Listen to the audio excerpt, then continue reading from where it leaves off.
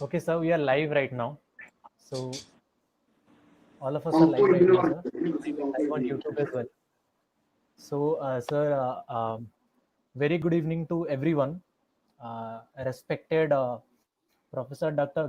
Ghanshyam Biswas, sir, our esteemed speaker for the webinar. We welcome you, sir. So I would like you to greet everyone. Yeah, good evening, everybody. So hopefully everybody is safe and sound in this pandemic of COVID.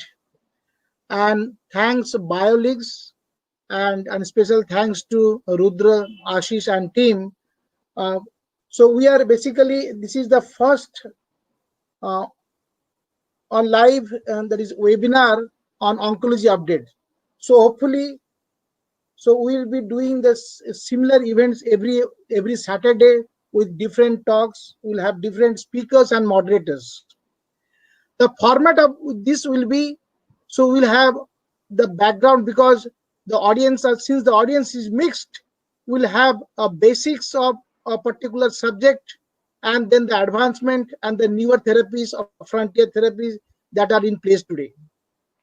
So once I finish my talk, so Dr. Saurabh Mishra is there, my colleague is there, so we'll moderate.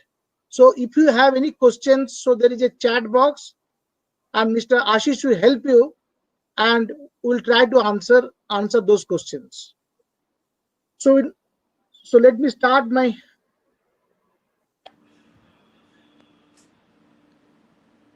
Yes. Thank you, sir. Respected Dr. Saurabh Mishra, sir. Before we go into the presentation, respected Dr. Saurabh Mishra, sir. Yeah. I would, our esteemed moderator, so for the webinar, respected sir, you're welcome to the webinar, and I would like to greet the audience before we start, sir. Thank you, Ashish. Yeah, I have chosen a topic making metastatic adenocarcinoma lung so a chronic disease. So most of us are oncologists, especially in last 4 months. So besides our routine work, so we have a COVID-related fear and panic, and there is a pandemic of webinar too. So if we doctors and researchers, if we choose them wisely, so probably you can upgrade yourself in this COVID time. So focus on cancer before we go into that topic. So if you look at health statistics in India in the early 1930s, so out of common 10 causes of death, so cancer was never mentioned. Coming to World Bank report, so we are in an era of chronic and lifestyle diseases. The biggest four are cancer, cardiac diseases, hypertension, CNS, stroke, diabetes, endocrine disease. So, do you need to add flu to this list also? Because though it is a communicable disease, but for last few years, so we are into this regular phenomenon of different viruses attacking the human race. So if you look at the global scenario, so Globocan 2018 that are last updated, so the prevalence from 2002 of 24.6 million to 42 million. So we can see almost double. 10.3 and 2.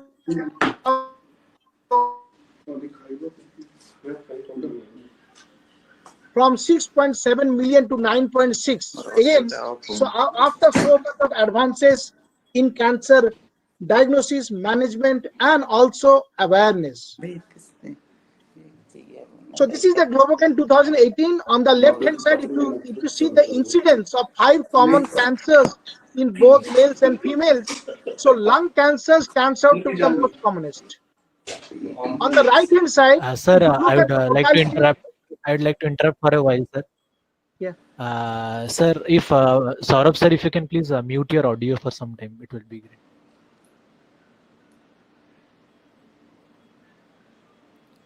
Yes. So on the right hand side, if you see the mortality, cancer related death, so again lung cancer is the number 1 out of the 5 common causes of cancer related death.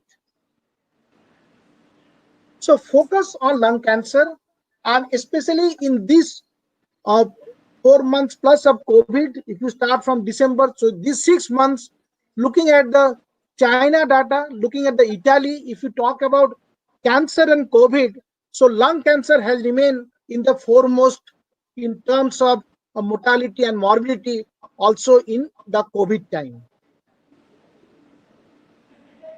So if you look at the burden of cancer, and especially if we talk about lung cancer, so is a mammoth number of patients we see. The treatment options, though after so much of advances, are still not many, and so this is looks like an elephant in the big room. So this is from the South Asian Journal.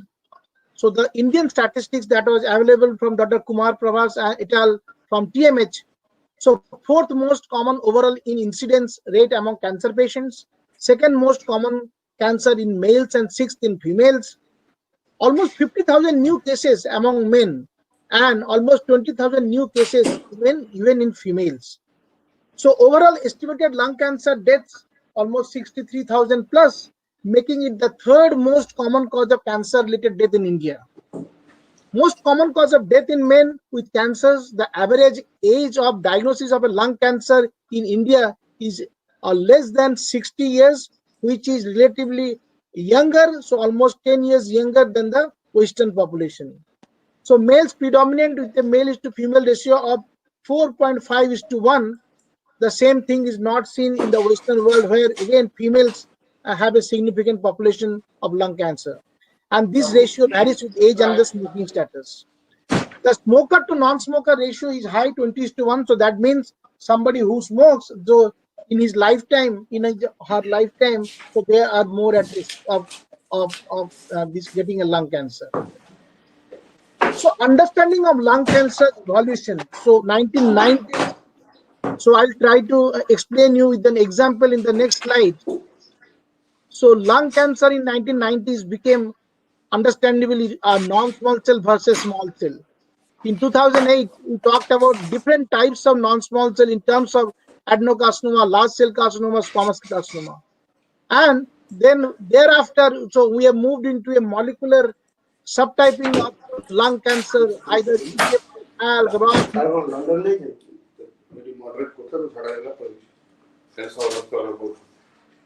So 57% of the patients with lung cancer are diagnosed after metastasis, so leading to a 5-year survival rate of 5%.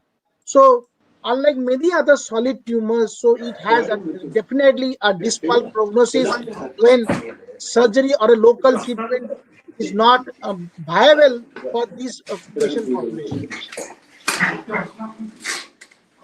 So if you look at the current research efforts in lung cancer, so since the cohort of lung cancers are more common with non-small cell, so the research also is happening in the non-small cell as compared to small cell, which is actually 1/5 of the total lung cancer population. So we have reached the ceiling for improved benefit for cytotoxic chemotherapy in advanced non-small cell with a doublet. So platinum with either any of the taxanes, Paclitaxel, Dosi, or gemcitabine. So we have reached a plateau. So we have not improved much after that.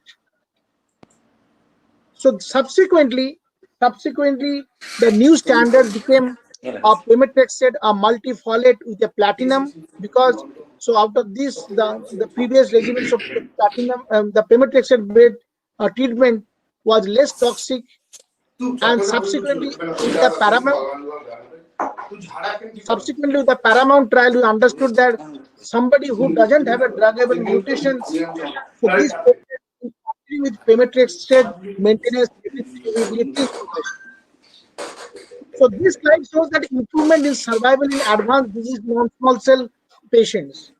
So in early 1970s, So only best supportive care was offered. So a decade later, a single agent platinum showed some activity, and subsequently, another decade later, so platinum-based doublet so became a standard of therapy, giving a median survival of less than a year. So 2005, of course, we understood that. So probably, so we have to do much more, and the tissue was an issue. So the pathologist's role became important.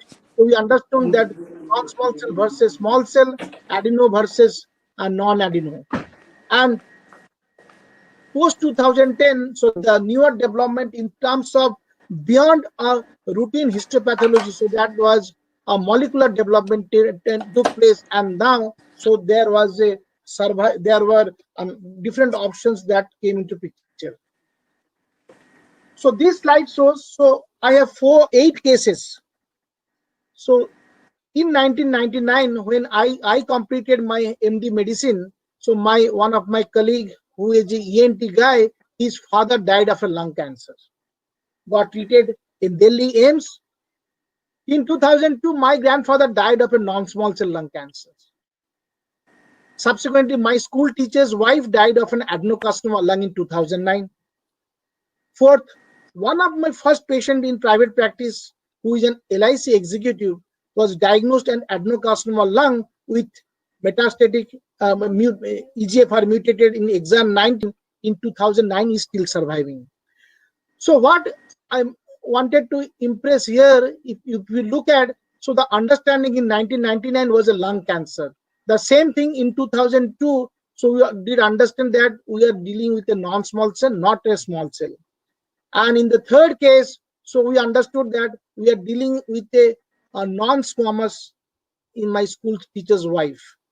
And the fourth case, so this gentleman who is still surviving, so this gentleman had an adenocarcinoma lung with the mutant of EGFR, that is exon 19.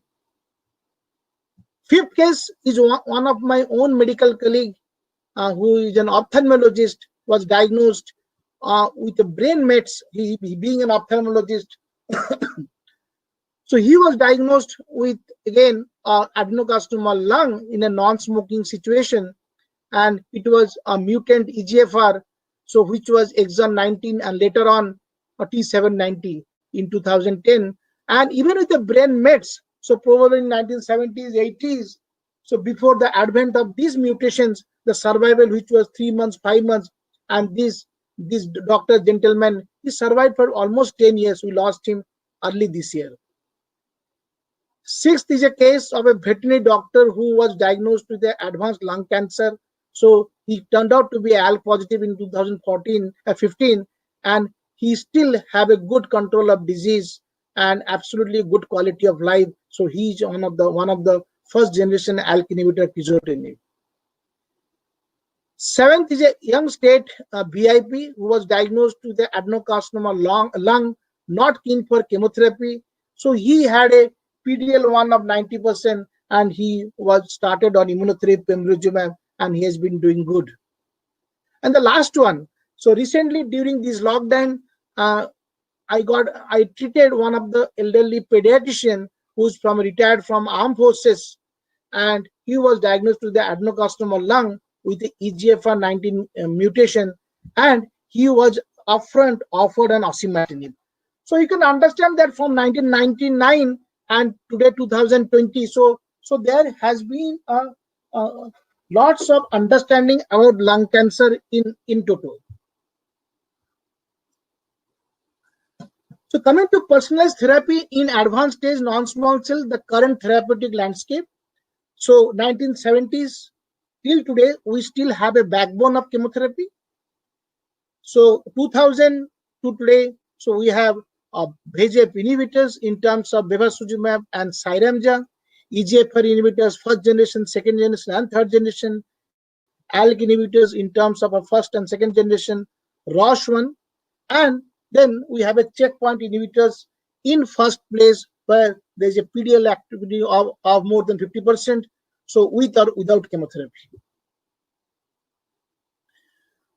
So once today you get a lung cancer, advanced lung cancer, adenocarcinoma, So the first thing you have to do is a profiling, molecular profiling, preferably on NGS with a PDL1 testing.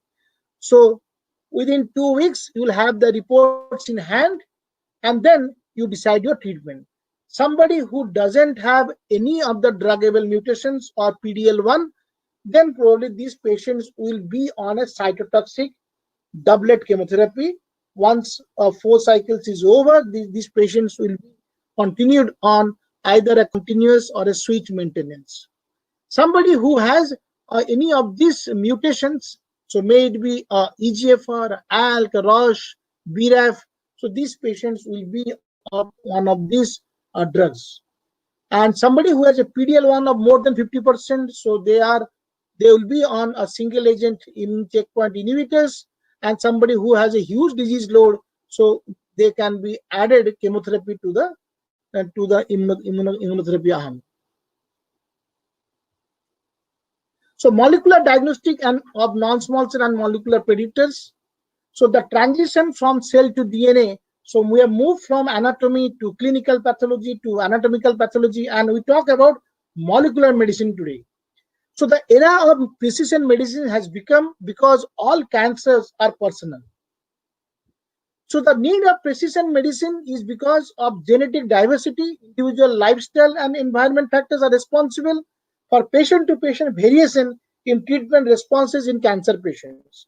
So cancer biomarkers along with genetic analysis of individual patients, thereby changing the landscape for cancer treatment. So the approach has taken a U-turn. So one size fits all to we are moving to a tailor-fit treatment. So the benefits of precision medicine today is that patient genetic and molecular information, patient's personal preferences, increased and extended survival rate, predict, strategize, and analyze treatment that will work best, better understanding of the underlying mechanism. So definitely reduced cost of treatment, and that becomes more valid in this COVID time. And you choose a regimen which is fewer side effects, thereby maintaining the quality of life. So cancer care of the past was a surgery, chemotherapy, biological therapy or radiotherapy. So there was job of a few. But today, cancer care of the present situation, this is job of many. So besides a surgical radiation and medical oncologist, so we need an oncopathologist, we need an interventional radiologist, we need a molecular biologist once we are talking about a lung cancer today. So the interlinking themes in the therapeutic decision making for advanced non-small cell, how we treat. So histologic subtyping is done in the pathology lab. Then this sample goes for a genotyping for predictive biomarkers in the molecular lab. And ultimately, so 2 weeks later, so you take the decision in the tumor board. So that is the therapeutic decision making. So these factors are all interlinked and not independent at all. So once you get on an imaging, so on a CAT scan or a PET scan, so you'd see abnormal shadows. So besides and ruling out the infective cause, so the battery of IC markers need to be done to rule out primary versus metastatic, non-small cell versus small cell, adeno versus squamous. So this is a regular picture or a slide for those who treat and have bent of research for a lung cancer.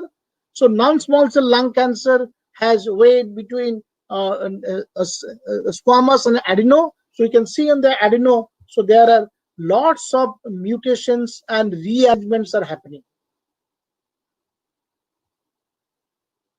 So this is a busy slide. So this is how the adenocarcinoma today looks like. So the most common is EGFR sensitizing. So almost ranging from 10 to 50%. The first generation of drugs, the EGFR sensitized are gefitinib, erlotinib. Afatinib is the second generation drug, and osimertinib is the third generation drug. So normally we see on EGFR, we'll see in the subsequent slide, Asian population, females, adenocarcinoma, non-smokers or never smokers, and they are usually a young population. In ALK, which is seen in almost 5 to 7%, the first generation is crizotinib, and the second generation are alectinib, serotinib, and the others. So, which has a better CNS penetration as compared to the first generation. So there are MET also. At times you pick up a MET, at times you'll pick up a HER2, especially in a resistant case where patients have progressed on a particular generation of anti-EGFR. So at times you get a Roche, BRAF today. So it is good news that we have already the drugs for BRAF, and this was launched in this lockdown by Novartis. So at times you will have a PIK3CA, MEK. So MEK is the only one where we can see in an elderly patients, and otherwise rest can be seen usually in a younger population. So treatment based on EGFR mutations, as I said, so Asians, non-smokers, adenocarcinoma, females. So these are the clinical cohorts in a advanced adenocarcinoma lung, so where you can pick up EGFR mutations to the extent of almost 50% in. So this slide shows the Caucasians has the less amount of EGFR mutations to the tune of 15%, African American 20%, then Latin America followed by Indians up to 30%, and Asians as a whole, so 30 to 50%, and the maximum EGFR mutations probably is seen in the Japanese population. So coming to EGFR mutations, so exon 18, 19, 20, 21, on the upper side, you can see the sensitive mutations, which are the commonest, constitutes almost 85%, is exon 19 deletion and exon 21 insertions by L858R. On the lower side, the resistant mutations, so the commonly talked about is T790M. So activity of this EGFR TKI, so gefitinib, erlotinib being the first generation, so they have no activity on T790 mutations. So they act on mutant especially and wild type in erlotinib as compared to gefitinib. The second generation afatinib probably has some effect in T790 and also some amount of CNS activity. So this is only this is active in mutated and wild type. So probably for that reason, so it is extended beyond adenocarcinoma as a second line in a squamous cell carcinoma too.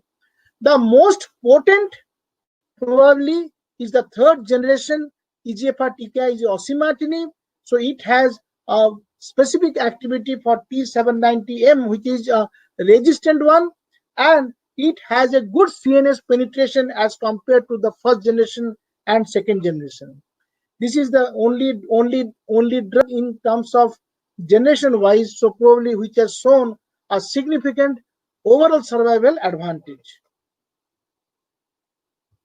So timelines in progress of EGFR, so over probably every few years we have seen, so there is a development in terms of approval of one of the anti-EGFRs. So these are the list of EGFR TKI in generations. So these drugs have a class effect of dryness of skin, diarrhea, and few patients can have a altered SGOT, SGPT, that is liver enzymes. So the first of this in the series of trial by Tony Mock in the NEGM got published of IPAS. So the first line gefitinib versus standard chemotherapy doublet, platinum doublet. So these patients were seen. So once in a EGFR mutated population, you can see, so the PFS was significant in terms of in favor of the gefitinib as compared to the chemotherapy. But those who are EGFR mutation negative, so putting them on anti-EGFR did more harm. So in those populations, so chemotherapy remains the standard of care. So moving from gefitinib to erlotinib, so erlotinib also same thing, erlotinib versus a platinum doublet. So these again showed, so there is a wide separation of PFS. So in those who are mutated for EGFR, so erlotinib did better than the chemotherapy doublet. So moving from a first generation to a second generation, so there are there are 8 trials. So the importance of Lux Lung 3 and 6. Lux Lung 3 is in the global population, Lux Lung 6 in the Asian population. So while the second generation, that is afatinib anti-EGFR, was compared with the chemotherapy doublet, and so they showed improved responses, improved progression-free survival. So you can see the PFS, a beautiful separation of curve, but OS, so nothing much benefit. So the one group benefited was that one of the commonest EGFR mutation, that is deletion 19 subgroup, showed a significant overall survival in Lux Lung 3 and 6. So afatinib is the only TKI. So before the advent of third generation osimertinib, so only TKI to have shown significant OS benefit for more than 1 year in the deletion 19. So if you look by ethnicity, so you can see non-Asians versus Asian versus Japanese. So Japanese patients probably that tend to do well because there seems to be a more of EGFR mutation as compared to rest of Asians and the rest of the world. So that is just saying that power of biomarkers is such that it is so difficult to kill a Japanese even with a stage 4 lung cancer. So is erlotinib different from gefitinib? So are there any differences?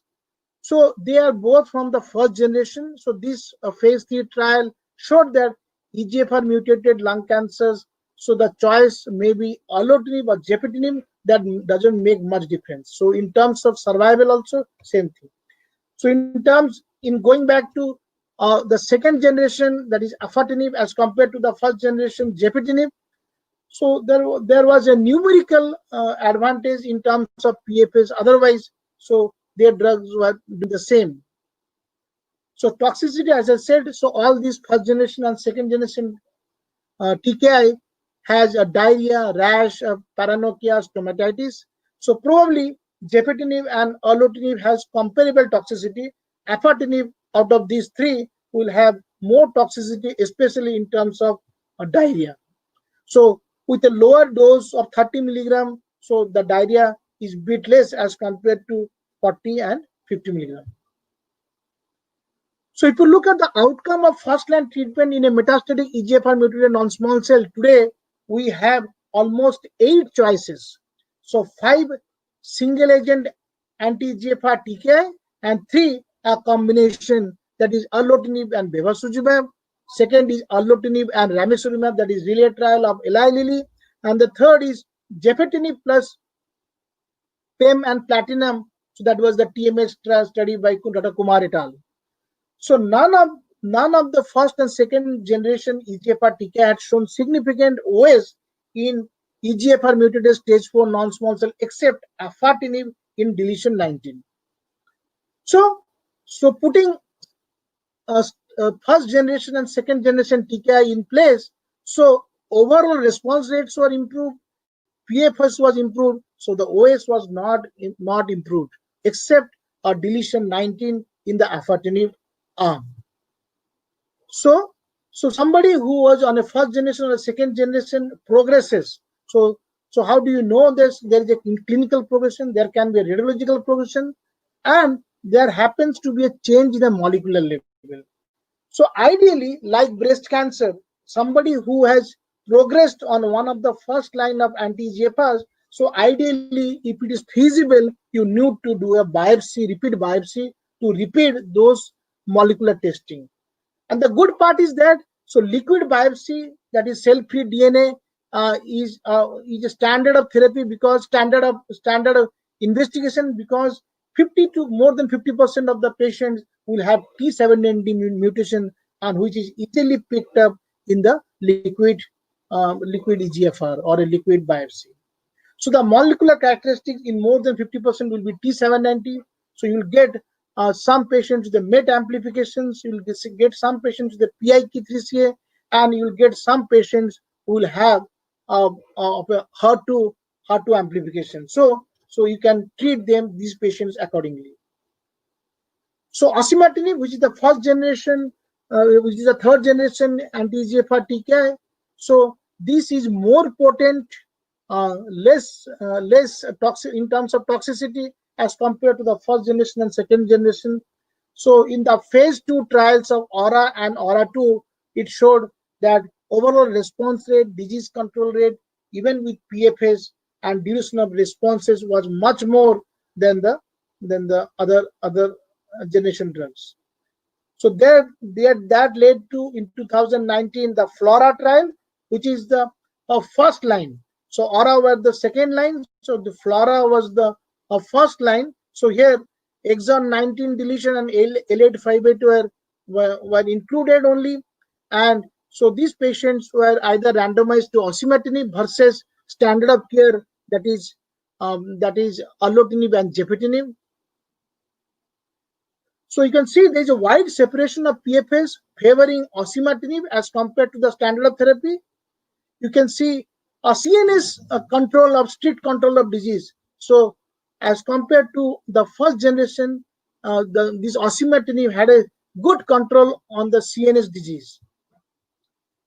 So you can see on this slide that, so those who were on the first generation, so 43% has progressed in the CNS as compared to half of the patient population in the osimertinib arm had a CNS progression. So the overall survival, you can see at more than 3 years of median overall survival, almost, so 54 versus 44 at third year. So you can see in this slide that, so every patient have benefited with osimertinib in the first line. So the good part is that, so at the end of 3 years also, almost 1/3 of the patients continued on osimertinib, and with that much of exposure of 3 years, so we didn't find any significant toxicity of this drug. So to conclude from the anti-EGFR, so FLORA showed a statistically significant and clinically meaningful improvement in overall survival with osimertinib. So osimertinib is the first EGFR TKI monotherapy to show a statistically significant OS benefit. After 3 years, almost 30%, that is 1/3 of the patient in the osimertinib arm, whereas only 1/10 of the patients in the comparator arm remain on the first line study. So osimertinib presented a favorable and a consistent toxicity profile despite prolonged exposure. So now the importance of sequencing anti-EGFR. So till some time back, we used to have a first generation TKI. Somebody progresses, you do a biopsy, you pick up a T790 mutation and put them on osimertinib. So subsequently, we have afatinib as the second line, second generation drug as a first line. Once progression, they put on osimertinib. So the FLORA trial showed that osimertinib at the first go will have a more than 19 months of PFS.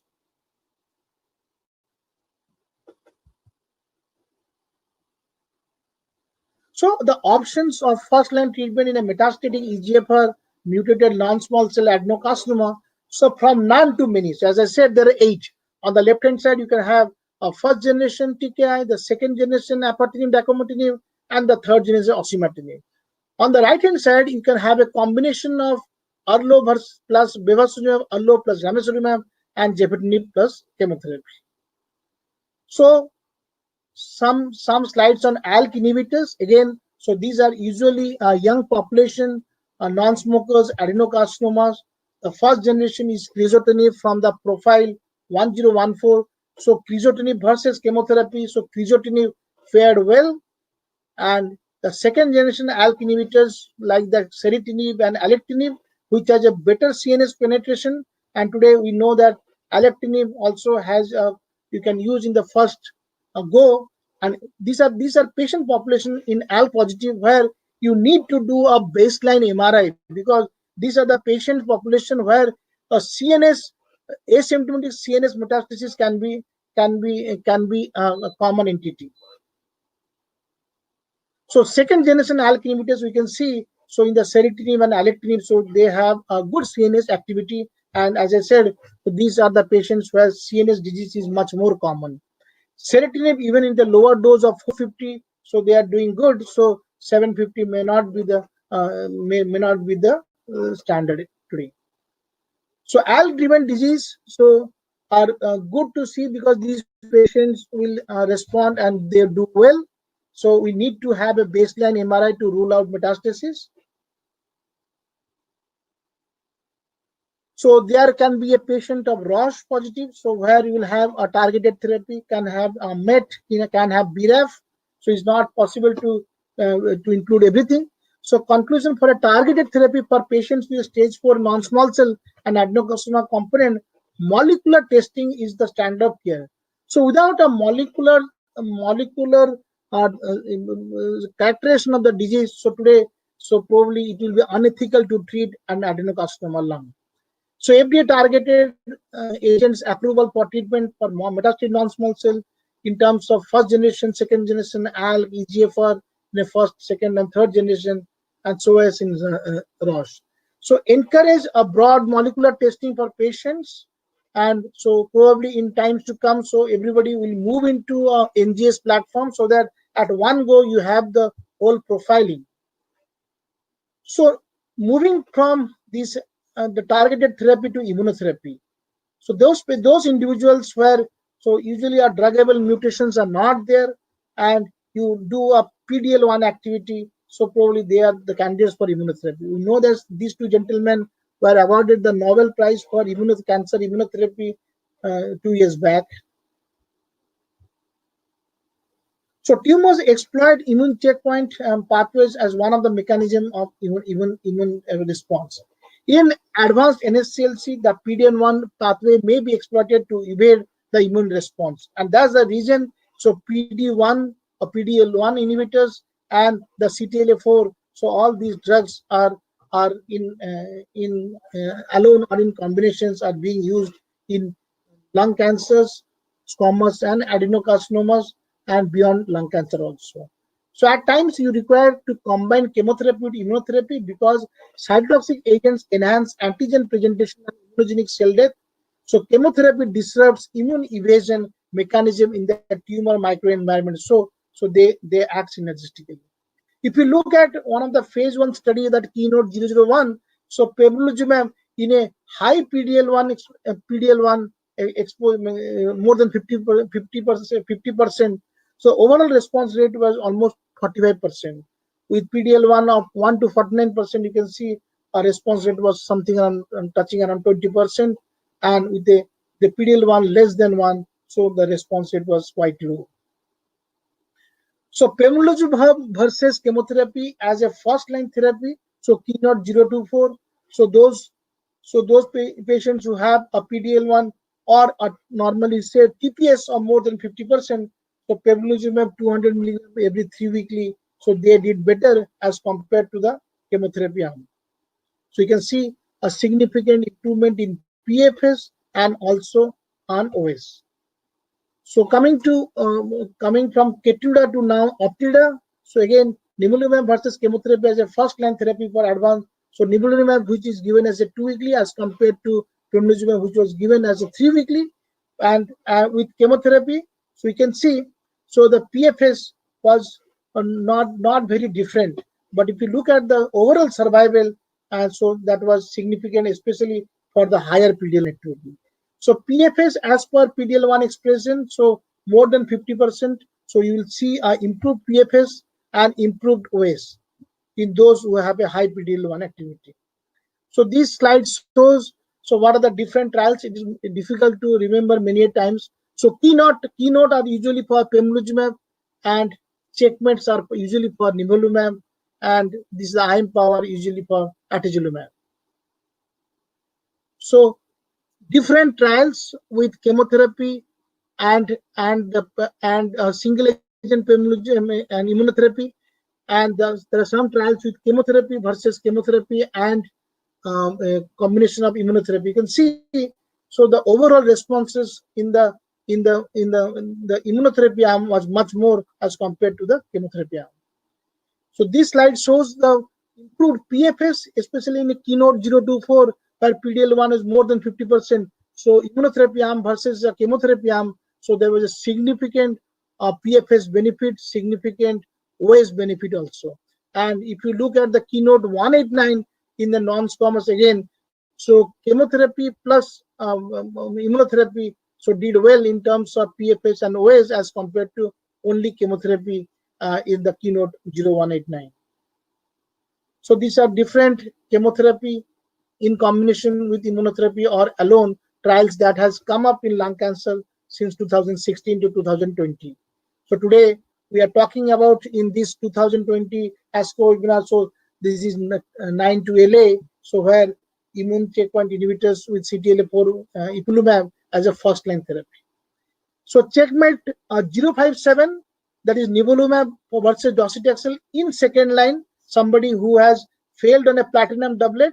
So again, so these are the cases where you may not do a PD-L1 activity once if you are thinking of nivolumab, but if you have done a PD-L1, so it shows that so with the increased PD-L1 activities more than 1%, so you have a survival advantage which is more than the chemotherapy arm. So keynote 010 pembrolizumab plus docetaxel in the second line. So you can see so different dosing schedule of pembrolizumab. So 2 milligram per kg is good enough as compared to 10 milligram per kg body weight.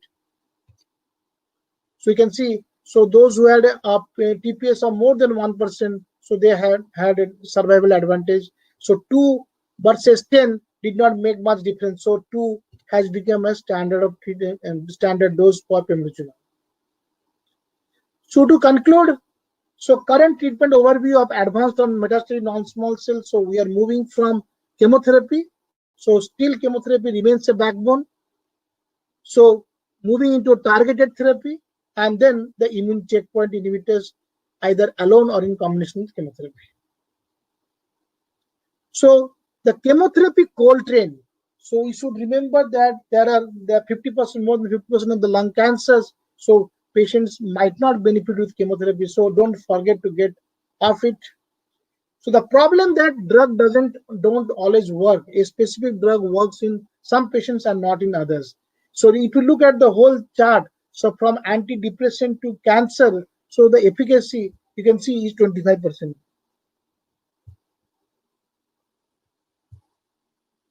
So an explosion of biomarker diversity. So the biomarker what I discussed today, so there are n numbers beyond that. So from 1999 to today 2020, so there is a plethora of understanding in non-small cell lung cancer and lots of things are happening. So the treatment algorithm for non-druggable mutations and one size that doesn't fit all. So we'll have three cohorts. So one, platinum doublet chemotherapy followed by anti-angiogenic docetaxel means Cyramza with the docetaxel followed by checkpoint inhibitors. So these are lung cancer population with high disease burden, shorter DFI with chemotherapy. So you'll see there are patients who are not going to respond to your first line of therapy, and there are patients who will have a response for a shorter time, and they usually progress within 3 months of the treatment. So these are the patients where like drugs like docetaxel, nindatinib, docetaxel, Cyramza is probably comes as a handy. The second group is a low disease burden with a long DFI with chemotherapy. So here is a standard platinum doublet followed by checkpoint inhibitors we have seen. So nivolumab or a pembrolizumab followed by anti-angiogenic docetaxel. For those who had a PD-L1 for more than 50%, so where you can start with checkpoint inhibitors, so alone or in combination, so depending upon the disease burden, followed by platinum doublet chemotherapy and then anti-angiogenic docetaxel.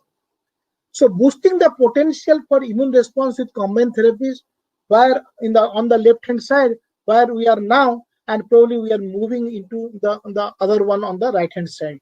So with adding up immune checkpoint blockade, so probably we are raising the bar. So from the patient's perspective, what are you hoping to achieve with my treatment? So extended overall survival, tumor shrinkage, disease control, toxicity. That what can I expect? That is the patient's view, patients or the patient relative. The clinical perspective when I am treating, so what is the diagnosis? What is the biomarker testing, treatment goal, first line therapy option, treatment sequencing, and the definitely on treatment management. So individualized treatment for non-small cell. So all patients with the same diagnosis may not have the same fate. So one will have no benefit, but in return gets toxicity. Somebody will be benefited with poor quality of life because of toxicity, and probably we expect somebody to get benefit without or an acceptable toxicity. And the fourth cohort can be no benefit, no toxicity. So COVID and drugs. So we have seen these in last 4 months. We have n number of drugs that has been approved because at this moment we don't have much options. But the same thing is not true for oncology. So in these 4 months of lockdown also, there are so many drugs that has got an FDA approval, and I think that is a blessing or for the boon for the cancer patients. So it's all perception. So need to be optimistic in 2020, even in the COVID pandemic situation. So the bottom line is that once you see and treat a non-small cell adenocarcinoma, so histopathology is must. Second, you need to do a molecular characterization. So at the first go and even at a relapse, so you can consider liquid biopsy.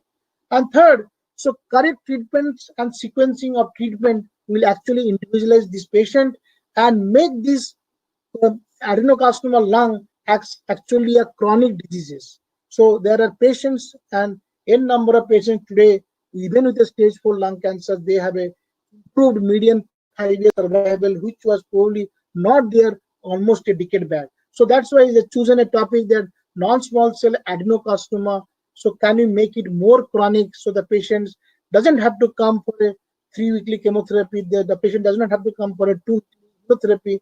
So patient can be on a single pill like the patient or an antihypertensive or a thyroid or an anti-diabetic drugs. So thank you. So thank you so much for a patient hearing for almost an hour or so, and for all those frontline workers. So besides the doctors, so who have been in the forefront. So thank you, and I'll just hand over to the organizers, and Dr. Saurabh will be there to coordinate for any question and answers. Thank you. Thank you so much, sir. So for the time being, we'll go to the question answer sessions, and we have a lot of questions that you have noted down, sir. So Saurabh sir, we would like to tell you the questions so that you can take it forward from now. Okay. So Ashish, I think I have gone through a few questions. Maybe, so am I audible, Ashish? Yes, sir, you're audible, sir. You're audible. Yeah. So I think this was a very relevant talk, and the audience includes not only doctors, there are other people also who would like to know a lot of things about cancer, lung cancer from Professor Biswas. So maybe I have seen a few questions, maybe we can discuss. There was a question, Dr. Ghanshyam, about what is the risk of cancer in patients, lung cancer, can it develop in patients who are non-smokers? Your take on that? As I said, so there is a 20:1. So a smoker is always almost a 20-fold chances of getting a cancer, and that means that so 1 out of 20 can be a non-smoker. Okay. So basically, very clearly, not all patients who are having lung cancer are smokers. It can develop in non-smokers also. And the reasons are the most common mutations, which sir was just discussing. Another question was, a lot of people have asked about how are you going to manage your lung cancer patient during COVID times? Many of people want to know about that.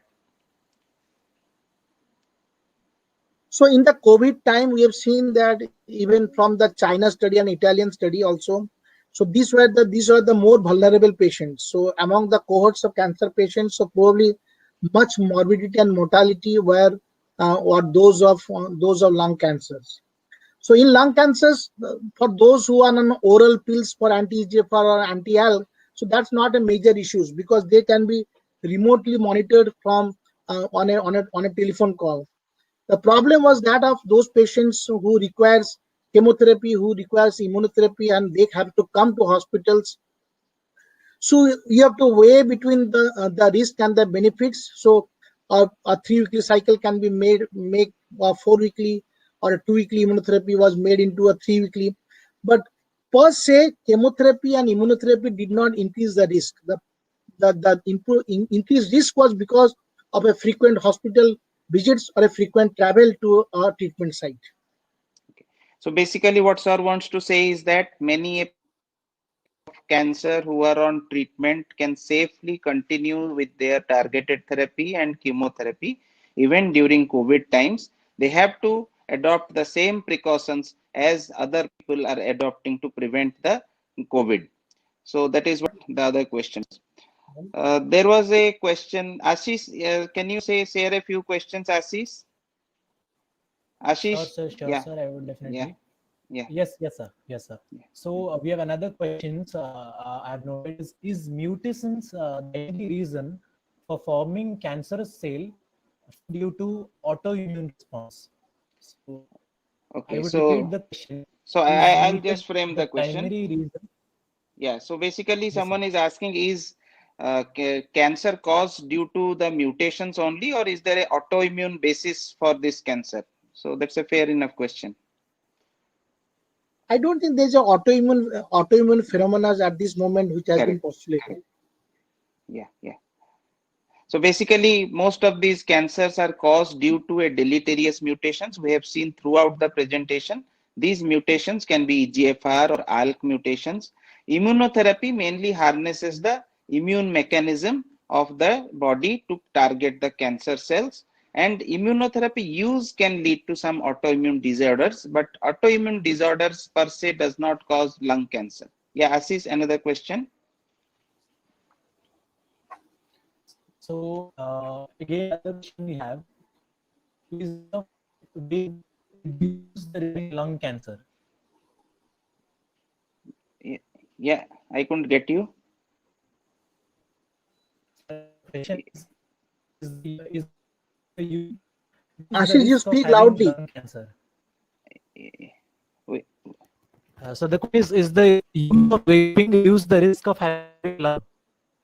Okay, vaping use in Yes, lung sir. cancer. Yeah, yeah. Okay. Yes, sir. So basically, there is increased risk of lung cancer with vaping as well. Recently, there were a few articles of lung injury due to vaping leading to pneumonia. So vaping can also lead to lung cancer, but we need further studies to conclude conclusively that it does. But definitely, vaping has got lung injury surely for that. Yeah. So I've got a question. There were Is some other at the same questions time, also. aside from this platinum-based therapy, what other metallic element can be considered as medicine-based?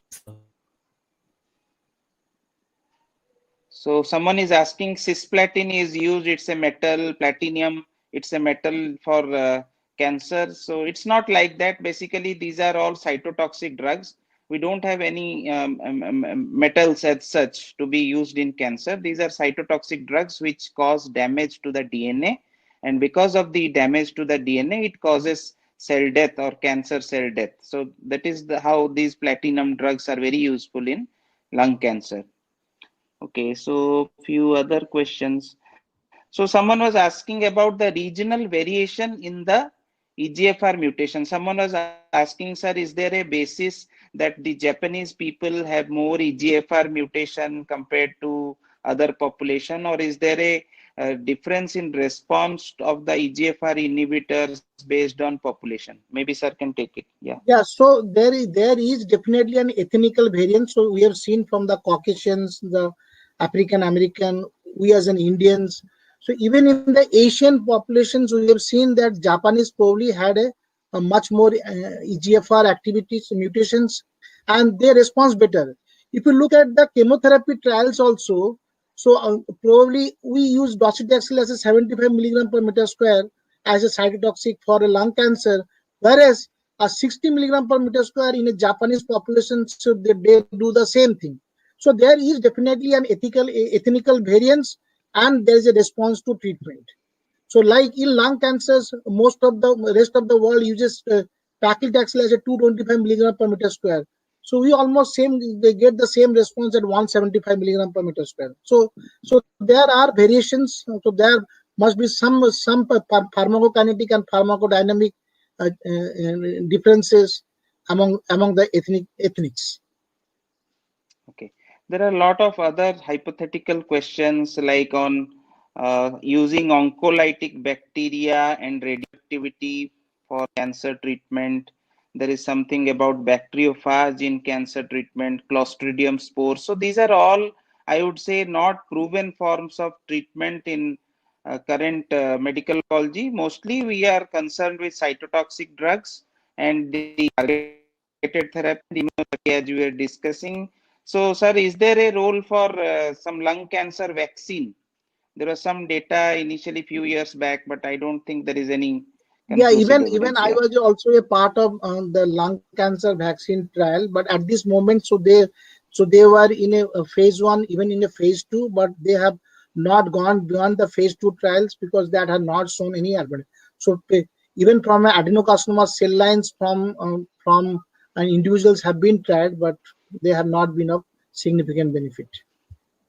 Okay. So there is a question here from Parth Majumdar. There may be a case where a patient has more than one genetic mutation. Keeping this in mind, do you think broad-based genetic profiling is must before deciding a treatment protocol, sir? So multiple mutations or double mutations is rare. So that doesn't happen. So usually they are mutually exclusive. We say mutually exclusive. So in my 300 plus patients mutations, we have almost 4 mutations where we have got EGFR and ALK together.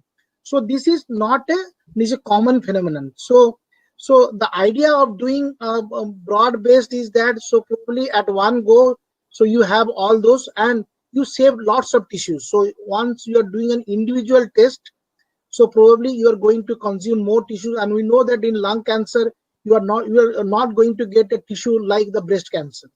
So the importance here is doing an NGS on a broader platform is to everything at one go. But more than one mutations or more than one changes probably is not a common phenomenon.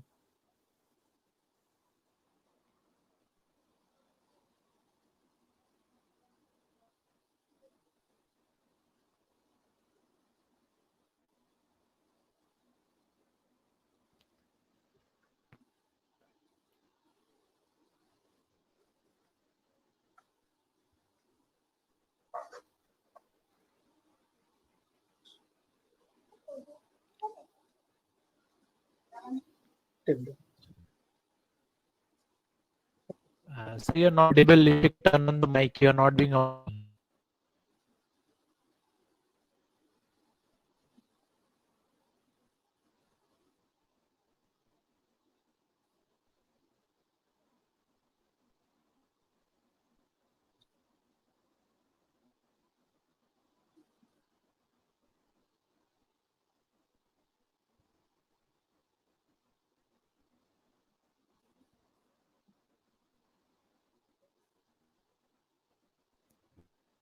Saurabh, you're not, sir.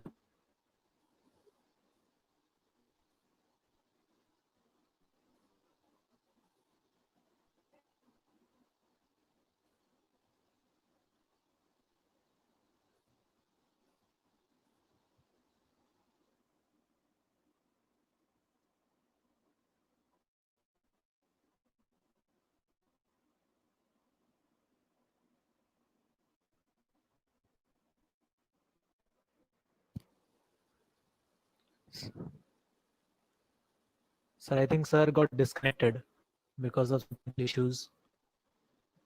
So yeah, it's 7:30 now, so we can wind up. No?